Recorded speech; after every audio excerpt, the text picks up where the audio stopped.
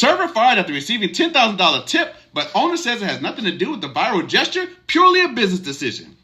My opinion. Okay, so I posted this video about this server yesterday, and then I found out she got fired a few days later, and it has nothing to do with that tip.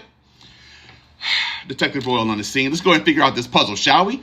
Okay, so let's say they fired her because she was a crappy server. Would you leave a crappy server a $10,000 tip? Like, hey, thanks for never checking on the table or refilling my beverages, but hey, here's $10,000. Hell no, you wouldn't.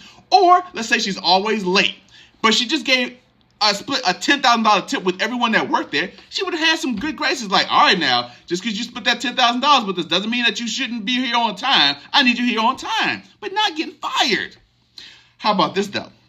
So the customer gave her and her alone that $10,000 tip. Manager's like, I don't want to deal with the IRS, because you know when you get $10,000 or more, like in Vegas or whatever, you got to report that to the IRS immediately. Maybe the manager's like, I don't want to deal with that hassle.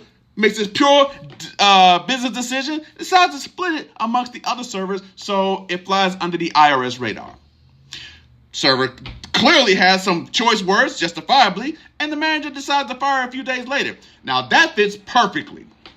I really need to find out whose idea was to split that tip with everyone, because I've never heard of a customer going in saying, thank you for helping me out, but here's a large tip that I want you to share with everyone.